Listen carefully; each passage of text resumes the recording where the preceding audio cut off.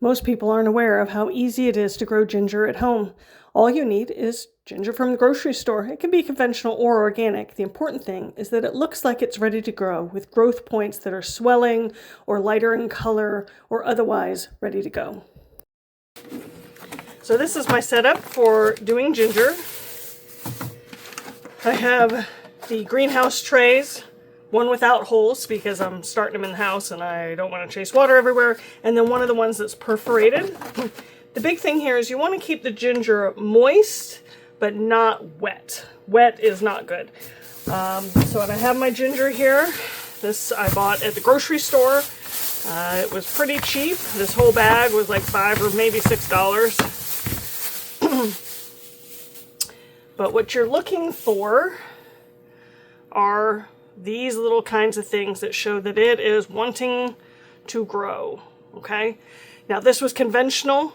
Sometimes the conventional doesn't look like it's wanting to grow, and in that case you might need to get some organic, but in this case the conventional looked great. Now, the next thing I'm going to do is kind of separate these a little bit because ultimately we just need a little bit to get it started. Don't you know?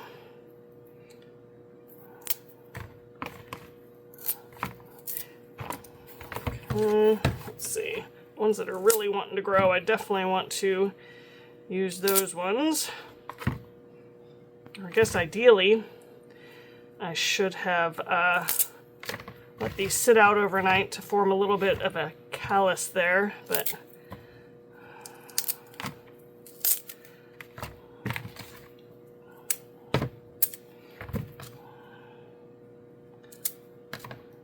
there. Okay. Alright, so you can see, based on the lid, that they're all going to fit in here. And we definitely have some growth potential going. So we just need some potting mix of some kind. This doesn't really matter too much what kind. I'm going to put just enough down to give it something to sit on. And then I'm going to kind of just evenly space these.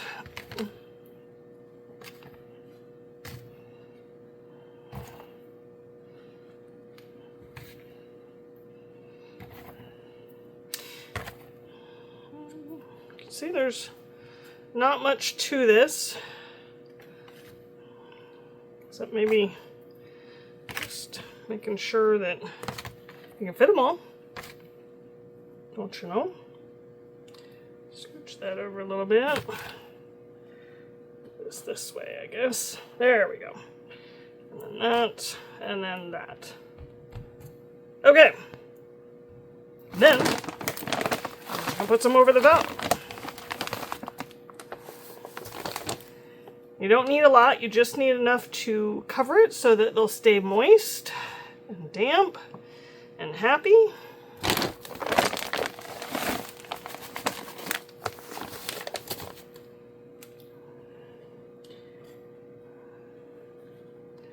Now initially, no light is required, just some warmth. Eventually, once they start popping through the soil, you'll want to have either a really bright window or some grow lights.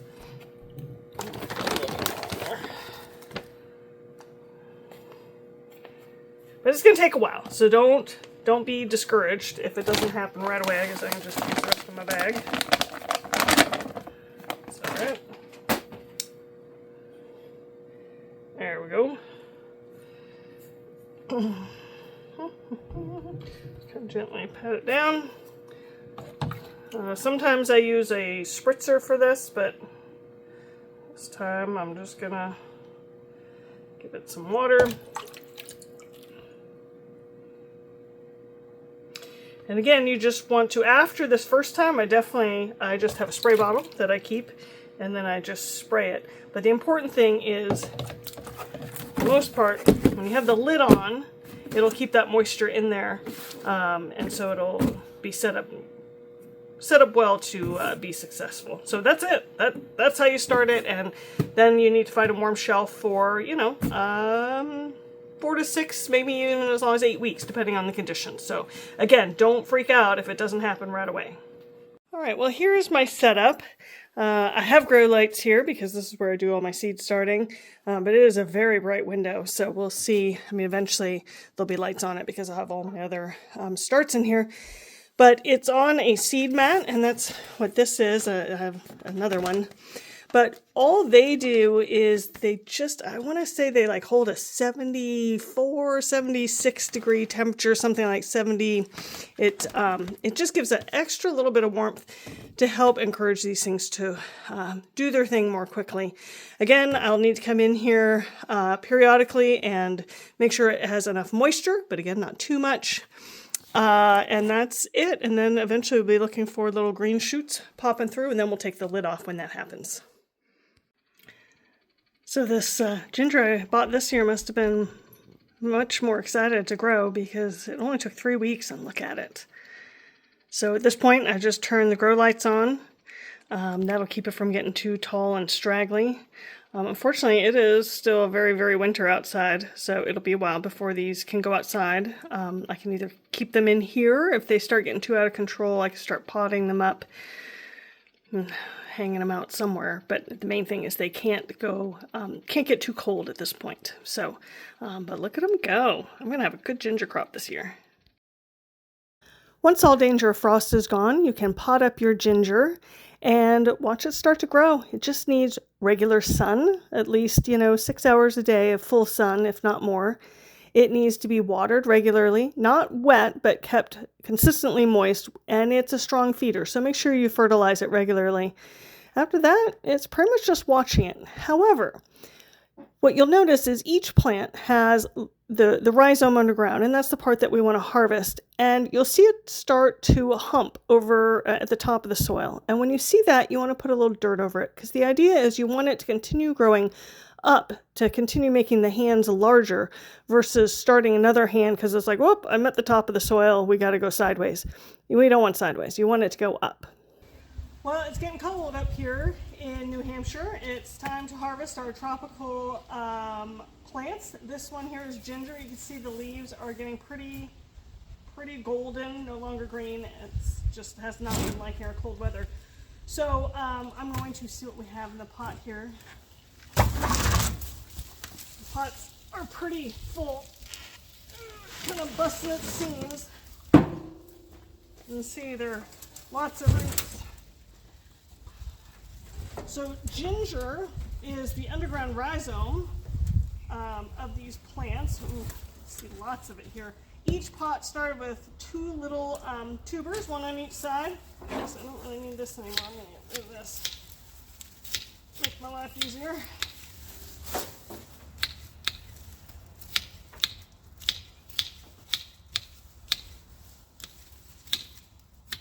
There. That doesn't help now, does it? There we go. All right, let's see what we got here.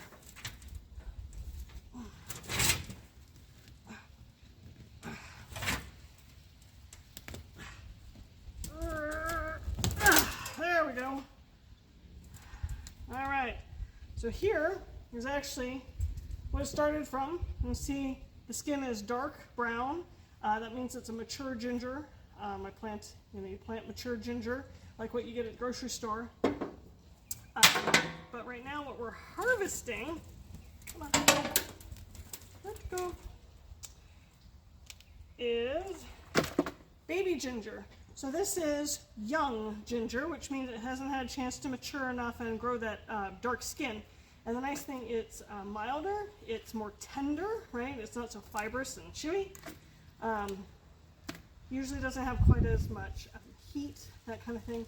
It's just very delicious. Look, here's where it started, right? And all of this came from that. But baby ginger is known for this golden kind of yellow color with a little pink on it. Smells amazing. The reason you do not see baby ginger in the grocery store is it's a lot more perishable than the mature ginger with the skin. This stuff, keeps really well. And this stuff does not, and so it's kind of a specialty item. apart. Oops.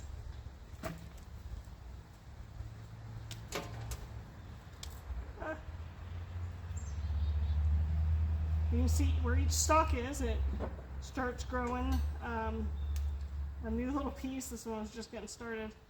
Look at that, beautiful, beautiful, beautiful. So in some of the other containers, I planted 10 of these containers. This is the third one I've done, and the first one I did, I got a pound of ginger, which I figured was pretty good because really, except for starting it and planting it, all I had to do the rest of the summer was water it occasionally, give it some fertilizer. It does need, ginger is a heavy feeder, but yeah, this, ooh, gorgeous. So I'll take this in and rinse it. What I usually do is I'll rinse it, and then, maybe I must have done 3 little pieces in this one, as you can see here. I end up freezing it. That way, even though it doesn't keep well, I can keep it through the year, because usually when I'm cooking with it, I'm usually shredding it or grating it into something anyway, so it doesn't really matter if it's been frozen.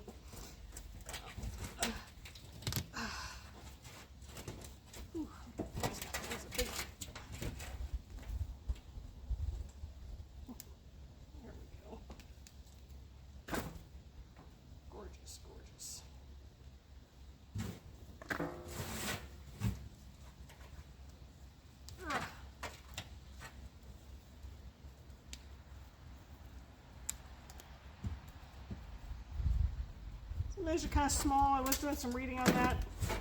It sounds like what I need to do is leave some room in the top of the pot, like just fill it to here in the spring, and then slowly fill it, kind of like potatoes. And the idea apparently is that that helps those are called the hands of garlic, to grow taller and bigger, versus forming lots of little clumps. Because you don't, these little clumps, I mean, they taste the same, but they're, more work, harder to use. So next year I'll try that. Yeah, beautiful. Ugh, I wish you could smell it. It smells delicious. Provided you start with a decent sized pot and don't overcrowd things, you should end up with some beautiful hands. They won't all be that big, and that's okay. The little ones I use to make all kinds of goodies to give away.